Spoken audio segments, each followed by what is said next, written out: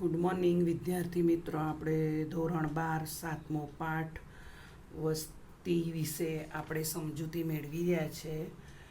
આ પાંચમા સેશનની અંદર આપણે વસ્તી વધારાના કારણો વિશે ચર્ચા કરીશું. આ બે સેશનમાં લઈશું વસ્તી વધારાના કારણો.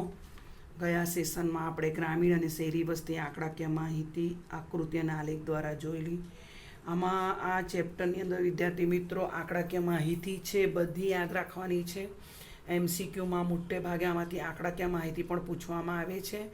બોર્ડમાં આ પાઠમાંથી 10 માર્કનું પૂછવામાં આવે છે, એટલે આ પાઠને મહત્ત્વનું દરેક પાઠને ઇમ્પોર્ટન્ટ આપવાનું છે. લઈએ આપણે વસ્તી વધારાના કારણો. તો વસ્તી વધારાને અસર કરતા બે પરિબળો છે: જન્મદર અને મૃત્યુદરમાં સર્જાતો તફાવત. એટલે કે જન્મદર આપણે જોઈ ગયા ત્રણ તબક્કામાં જન્મદર ઊંચો અને મૃત્યુદર નીચો. તો આમાં સર્જાતો તફાવત વસ્તી વધારાનું કારણ બને છે. એટલે હું તમને કહી ગઈ તેમ બીજા શબ્દોમાં કહીએ તો ઊંચો જન્મદર અને નીચો મૃત્યુદર એ વસ્તી વધારાનું મહત્ત્વનું કારણ છે. તો પહેલાં આપણે લઈએ જન્મદરનો અર્થ. પરીક્ષાની અંદર પૂછાય તો વર્ષ દરમિયાન 10,000ની માનવ વસ્તીએ જન્મ પામતા બાળકોની સંખ્યાને આપણે જન્મદર કહીશું. ફરી એકવાર, વર્ષ દરમિયાન 10,000ની માનવ વસ્તીએ જન્મ પામતા બાળકોની સંખ્યાને જન્મદર કહેવામાં આવે છે. એનું સૂત્ર લઈએ તો જન્મદર બરાબર વર્ષ દરમિયાન જીવતા જન્મેલા બાળકોની સંખ્યા. કયા જન્મેલા? જીવતા જન્મેલા બાળકોની સંખ્યા છેદમાં કુલ વસ્તી ગુણ્યા 1000. તો જન્મદરને ટકાવારીમાં દર્શાવાતો નથી, પરંતુ પ્રત્યેક 1000ની વસ્તી દીઠ ગણવામાં આવે છે. વસ્તીમાં કેટલો વધારો થાય છે તે જન્મદરના આધારે ખ્યાલ આવે છે. તો વસ્તી નીતિ નક્કી કરવામાં જન્મદરના આંકડા ખૂબ જ ઉપયોગી પુરવાર થાય છે. તો ભારતમાં જન્મદરનું પ્રમાણ કેટલું છે એ આપણે કોષ્ટકમાં જોઈ જઈએ. પાના નંબર તમારા પાઠ્યપુસ્તકમાં 86 પર વર્ષ 1951 જન્મદર પ્રતિ 1000 વ્યક્તિએ આપણે લઈએ જન્મદરનું પ્રમાણ 39.9 અને 2011માં 21.8. હવે તમે 39.9માંથી 21.28 બાદ કરો તો તફાવત છે 18.1. બરાબર? તો આ અનુસૂચિ ઉપરથી તમે તારણ કાઢો તો ભારતમાં 1951માં જન્મદરનું પ્રમાણ 39.9 હતું, જે 2011માં ઘટીને 21.8 થયું.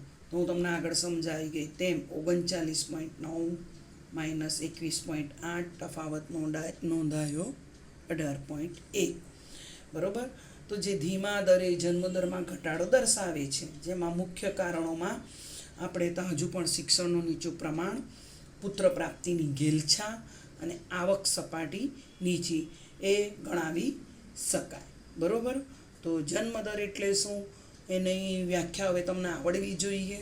અને 1951માં જન્મદર કેટલો હતો અને 11માં એ પણ MCQ અથવા 1 માર્કના પ્રશ્નમાં પૂછાય.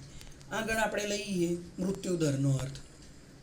તો વર્ષ દરમિયાન 10,000ની માનવ વસ્તીએ મૃત્યુ પામતા વ્યક્તિઓની સંખ્યા. વ્યક્તિ શબ્દ લખવાનું છે.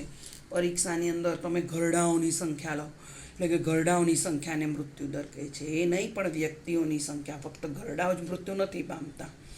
તો વર્ષ દરમિયાન 10,000ની માનવ વસ્તીએ મૃત્યુ પામતા વ્યક્તિઓની સંખ્યાને મૃત્યુદર કહીશું.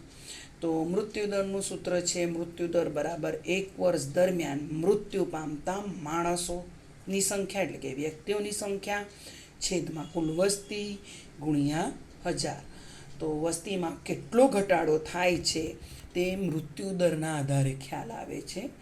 વસ્તીમાં વર્ષ દરમિયાન થયેલા કુલ મરણને અમુક માપમાં રજૂ કરવાથી વસ્તીમાં થતો ઘટાડો ચોક્કસ સ્વરૂપે સમજી શકાય છે. તો તમારું કોષ્ટક છે 87 પાના નંબર પર પાઠ્યપુસ્તક ઉપર. વર્ષ 1951માં મૃત્યુદર પ્રતિ 1000 વ્યક્તિએ 27.4, ક્યારે 1951માં, અને ઘટીને 2011માં થયું 0.7.1. 24.4માંથી 0.7.1 બાદ કરો તો 20.3નો તફાવત જોવા મળે. બરોબર. તો તમે જુઓ તો જન્મદર કરતાં મૃત્યુદર ઝડપથી ઘટ્યો છે. એના લીધે જન્મદર આપણે ત્યાં વસ્તી વધારાનું આ કારણ દર્શાવી શકાય. તો ભારતમાં 1951માં મૃત્યુદરનું પ્રમાણ 27.4 હતું, જે ઘટીને 2011માં 7.1 થયું. તો 27.4 - 7.1 તફાવત થયું 20.3નું. તો આમ જન્મદરની તુલનાએ મૃત્યુદરમાં ઘટાડો વધુ છે. શા માટે મૃત્યુદર ઝડપથી ઘટ્યું છે? એનું કારણ છે દુષ્કાળો પર નિયંત્રણ, જીવન ધોરણમાં સુધારો, આરોગ્યની સગવડમાં વધારો, પૌષ્ટિક આહાર, તબીબી સારવારમાં વધારો, શિક્ષણનો વ્યાપ વધ્યો છે, તબીબી જ્ઞાન અને શસ્ત્રક્રિયાના ક્ષેત્રે નોંધપાત્ર સંશોધનો, ચેપી રોગ ઉપર નિયંત્રણ, કેટલાક રોગ ઉપર આપણે 100% નિયંત્રણ લાવી શક્યા છે. એના લીધે મૃત્યુદર ઝડપથી ઘટ્યો, પરંતુ જન્મદરમાં હજુ જોઈએ એટલો ઘટાડો થઈ શક્યો નથી. આ કારણે વસ્તી વધારો થાય છે. આ સેશનમાં અહીંયા સુધી. આવનારા સેશનમાં આપણે આગળ લઈશું.